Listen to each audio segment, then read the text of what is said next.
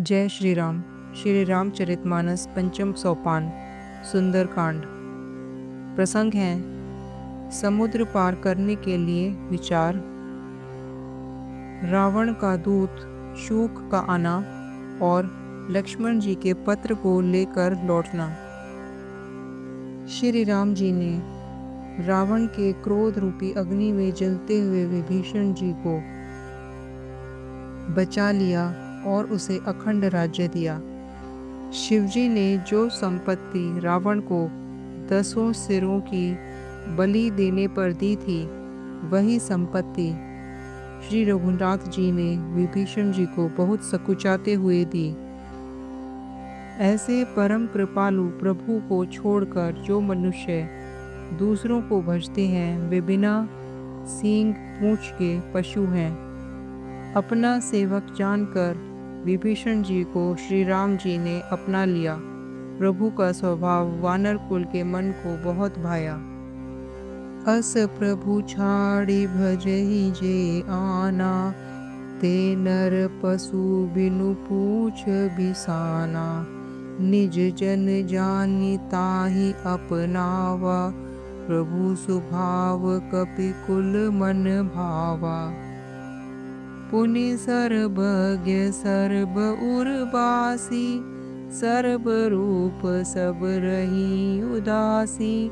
बोले वचन नीति प्रतिपालक, कारण मनुज दनुज कुल घालक।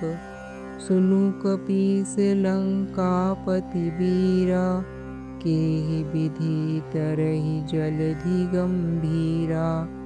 सकुल मकर उरग झस जाति, अति अगाध दुस्तर सब भांति। कह लंकेश सुनहु रघुनायक, कोटि सिंधु शोषक तब सायक। यद्यपि तद्यपि नीति असी गाई, विनय करिय सागर सन जाई। प्रभु तुम्हार कुल गुरु, जलधि कहीं उपाय विचारी।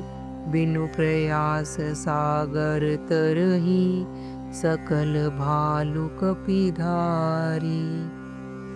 सब कुछ जानने वाले, सबके हृदय में बसने वाले, सर्वरूप, सब रूपों में प्रकट, सबसे रहित, उदासीन, भक्तों पर कृपा करने के लिए मनुष्य बने हुए तथा राक्षसों के कुल का नाश करने वाले श्री राम जी नीति की रक्षा करने वाले वचन बोले।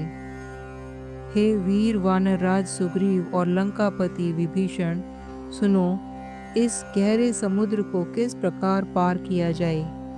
अनेक जाति के मगर, सांप और मछलियों से भरा हुआ यह अत्यंत अथाह समुद्र पार करने में सब प्रकार से कठिन है। विभीषण जी ने कहा, हे रघुनाथ जी सुनिए, यद्यपि आपका एक ही बाण करोड़ों समुद्रों को सुखाने वाला है, तथापि नीति ऐसी कही गई है कि पहले जाकर समुद्र से प्रार्थना की जाए।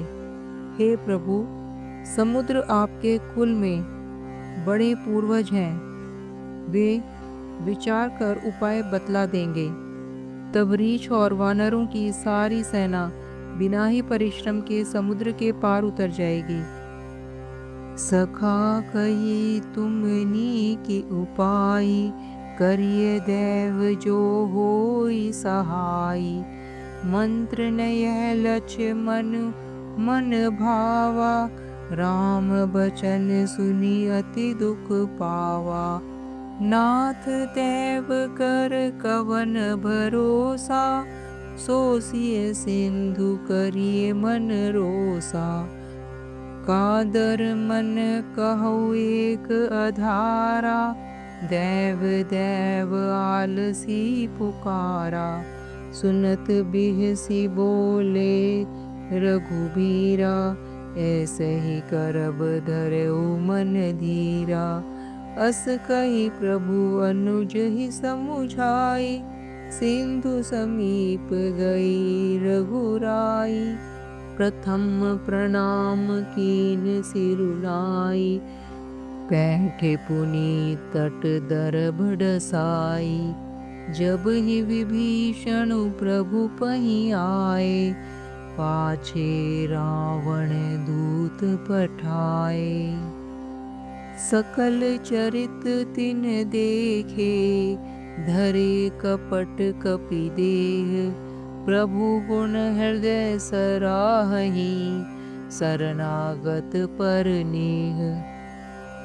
श्री राम जी ने कहा, हे सखा, तुमने उपाय अच्छा बताया, यही किया जाए यदि देव सहायक हो। यह सलाह लक्ष्मण जी के मन को अच्छी नहीं लगी। श्री राम जी के वचन सुनकर तो उन्हें बहुत ही दुख हुआ। लक्ष्मण जी ने कहा, हे नाथ, देव का कौन भरोसा। मन में क्रोध कीजिए और समुद्र को सुखा डालिए। यह देव तो कायर के मन का एक आधार है। आलसी लोग ही देव देव पुकारा करते हैं। यह सुनकर श्री रघुवीर हंसकर बोले, ऐसा ही करेंगे, मन में धीरज रखो। ऐसा कहकर छोटे भाई को समझाकर प्रभु श्री रघुनाथ जी समुद्र के तट पर गए। उन्होंने पहले सिर नवाकर प्रणाम किया, फिर किनारे पर पुष्प बिछाकर बैठ गए। इधर ज्यों ही विभीषण जी प्रभु के पास आए थे, त्यों ही रावण ने उनके पीछे दूत भेजे थे।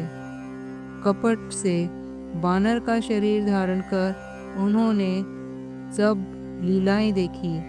वे अपने हृदय में प्रभु के गुणों की और शरणागत पर उनके स्नेह की सराहना करने लगे। प्रगट बखानहि राम सुभाऊ, अतिस प्रेम गावे सरई दुराऊ। रिपु के दूत कपहि तब जाने, सकल बांधि कपीस पही आने। कह सुग्रीव सुनहु सब बानर, अंग भंग करी पठवहि निशिचर। सुनि सुग्रीव बचन कपि धाये, बांधिय कटक चहुपास फिराए। बहु प्रकार मारन कपि लागे, दीन पुकारत तद्यपि न त्यागे। जो हमार हर नासा काना, तेहि कौशलाधीश के आना। सुनि लक्ष्मणु सब निकट बुलाए, दया लागी हसी तुरत छुटाए। रावण कर दीज्यो यह पाती, लक्ष्मण बचन बाचु कुल घाती। मुखागर मूढ़ सन मम संदेशु उदार, सीता देई मिले हुलर, ते आवा कालु तुहार। कपट से वानर का शरीर धारण कर उन्होंने सब लीलाएं देखी। वे अपने हृदय में प्रभु के गुणों की और शरणागत पर उनके स्नेह की सराहना करने लगे। फिर वे प्रकट रूप में भी अत्यंत प्रेम के साथ श्री राम जी के स्वभाव की बड़ाई करने लगे। उन्हें कपट वेश भूल गया। तब वानरों ने जाना कि ये शत्रु के दूत हैं और वे उन सब को बांधकर सुग्रीव के पास ले आए। सुग्रीव ने कहा, सब वानरों सुनो, राक्षसों के अंग भंग करके भेज दो। सुग्रीव के वचन सुनकर वानर दौड़े। दूतों को बांधकर उन्होंने सेना के चारों ओर घुमाया। वानर उन्हें बहुत तरह से मारने लगे। वे दीन होकर पुकारते थे, फिर भी वानरों ने उन्हें छोड़ा नहीं। तब दूतों ने पुकार कर कहा, जो हमारे नाक कान काटेगा उसे कौशलाधीश श्री राम जी की सौगंध है। यह सुनकर लक्ष्मण जी ने सबको निकट बुलाया। उन्हें बड़ी दया लगी। इससे हंसकर उन्होंने राक्षसों को तुरंत ही छुड़ा दिया और उनसे कहा, रावण के हाथ में यह चिट्ठी देना और कहना, हे कुलघात, लक्ष्मण के शब्दों को वांचो। फिर उस मूर्ख से कृपा से भरा हुआ यह संदेश कहना कि सीता को देकर श्री राम जी से मिलो, नहीं तो तुम्हारा काल आ गया समझो। लक्ष्मण के चरणों में मस्तक नवाकर श्री राम जी के गुणों की कथा का वर्णन करते हुए दूत तुरंत ही चल दिए। जय श्री राम।